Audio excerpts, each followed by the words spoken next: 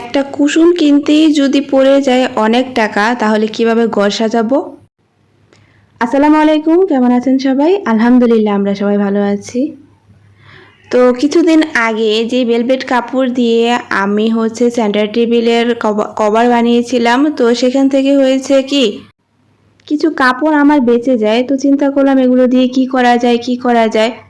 তো সেজন্য গিয়ে আমি সেই টুকরা কাপড় গিয়ে একটু সাইড দিয়ে সেলাই করেছি, বা কোনোটা একটু বেশিও সেলাই করতে হয়েছে। তো এভাবে করে গিয়ে আমি কয়েকটা কুশন বানিয়ে নেব। তো ফার্স্টে গিয়ে আমি মাপ দিয়ে সাইডে একটা সেলাই করে নিয়েছি। তারপর গিয়ে আমি রাবার ব্যান্ড দিয়ে এক সাইড আটকে নিয়েছি। এতে করে যেটা হবে যে আমার যেভাবে সুবিধা হয়েছে, আসলে আমি সেভাবেই বানিয়েছি। তো এবার ফাইবার তুলা দিয়ে আমি চারো পাশ দুই হাত দিয়ে একটু ছড়িয়ে দিচ্ছি।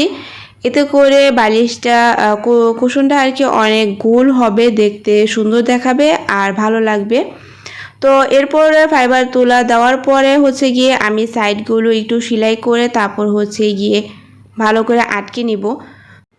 অনেকদিন আগে একটা পেজে আমি কুশন দেখেছিলাম, আমার কাছে অনেক ভালো লেগেছিল।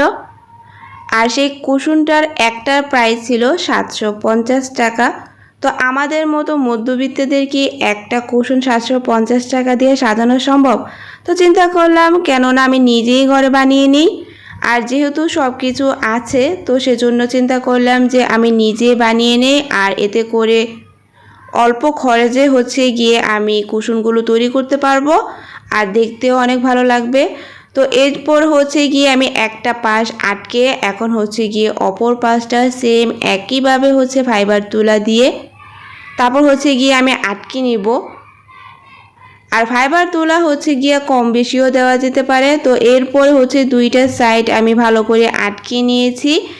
এখন গিয়ে আমি একটা বড় সুইয়ের সাহায্যে এটাকে চারো পাশ ঘুরিয়ে একটা গোল শেপের মতো করে আমি বানিয়ে নিব।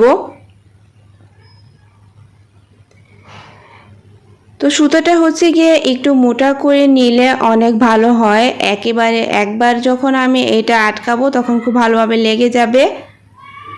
আর এভাবে কিন্তু নিজেরাই ঘরে বানালে খরচ কিন্তু খুব বেশি একটা পড়ে না, যেহেতু আমার কাপড়টা আগেই কিনা ছিল বা ঘরে ছিল। আর এই কুশন বানাতে যে ভালো কাপড় লাগবে তাও না, টুকরা কাপড় হলেই কিন্তু আপনি সুন্দর করে অল্প কাপড় দিয়ে সুন্দর কুশন বানাতে পারবেন। তো এভাবে গিয়ে চারোপাশ আমি খুব ভালোভাবে গিয়ে ঘুরিয়ে একটু গোল শেপের মতো, কি এটাকে আসলে কুমড়ো বা মিষ্টি কুমড়োর মতো যেরকম শেপ থাকে, আর ওরকমটাই আমি দেওয়ার চেষ্টা করেছি, দেখতে যাতে ভালো লাগে। আর ঘর সাজাতে তো প্রত্যেকটা মেয়েরই অনেক ভালো লাগে। তো আর সেটা যদি হয় নিজের হাতে তৈরির জিনিস, তাহলে তো কথাই নেই। তো সেজন্য গিয়ে আমি সবসময় চেষ্টা করি নিজেই কিছু করতে, আর সেটা দিয়ে ঘর সাজাতে আমার কাছে অনেক ভালো লাগে। তো এই তো আমি কিন্তু কুশনটা বানিয়ে ফেলেছি। এখন গিয়ে আমি এক সাইডে একটা গোল বড় বল লাগাবো, আরেক অপর পাশটায় গিয়ে আমি একটা ছোট্ট মিরর মতো লাগিয়ে নিব। এতে করে দেখতে আরও বেশি ভালো লাগবে।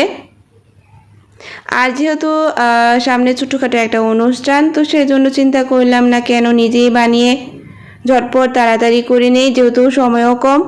তো সেজন্য গিয়ে আমি তাড়াতাড়ি করে এই কুশনগুলো বানিয়ে নিলাম। আর এই তো আমার কিন্তু কুশনটা হয়ে গেছে এক পাশ। আর এই সাইডে গিয়ে আমি একটু সুপার গ্লু দিয়ে গিয়ে আমি এই ছোট্ট মিররটা লাগিয়ে নিচ্ছি। এটা কিন্তু সেলাই করতে একটু সমস্যা হয়, তো সেজন্য গিয়ে আমি গাম বা গ্লু যেটাই হোক না কেন সেটা দিয়ে আমি লাগিয়ে নিলাম, আর খুব তাড়াতাড়ি লেগেও যায় এভাবে লাগালে। এর আগে কিন্তু আমি অনেকগুলো এর আগে আমি 4টা বানিয়ে নিয়েছি। তো সেমভাবেই গিয়ে আমি 4টা কুশনও বানিয়ে নিয়েছিলাম। তো বানানোর পর কিন্তু সবাই অনেক প্রশংসাও করেছিল আর বলেছে খুব ভালো হয়েছে, যেহেতু আমি প্রথম ট্রাই করেছি। এর আগে এভাবে কিন্তু আমার কুশন বানানো হয়নি, তো প্রথম হিসাবে কিন্তু ভালোই হয়েছে, আর আমার কাছে অনেক ভালো লাগছে দেখতে। আর এখন হচ্ছে গিয়ে সাজানোর পালা। তো আর সোফার মধ্যে এই কুশনগুলো কিন্তু আমি নিজেই বানিয়েছিলাম ফাইবার তুলা দিয়ে, শুধু উপরে কাভারটা কিনেছি। আর এখন হচ্ছে গিয়ে ছোট ছোট গোল এই কুশনগুলো বানালাম। তো এই তো বড়র মধ্যে হচ্ছে গিয়ে ছোট কুশনগুলো দেখতে কিন্তু খুব ভালো লাগছে। তো কষ্ট থাকে না, যখন কিছু একটা বানানোর পর সেটা সাজানোর পর দেখতে ভালো লাগে, তাহলে কিন্তু নিজের কাছে অনেক ভালো লাগে। আর এই যে যতটুকু সময় আমি এগুলোর পিছে অপচয় করলাম বা নষ্ট করলাম বা ব্যয় করলাম, যেটাই হোক না কেন, সেটা কিন্তু সার্থক। তো কেমন হলো আমার এই ছোট ছোট কুশনগুলো জানাবেন কিন্তু। আজকে পর্যন্তই, সবাই ভালো থাকবেন, সুস্থ থাকবেন। আল্লাহ হাফেজ, আসসালামু আলাইকুম।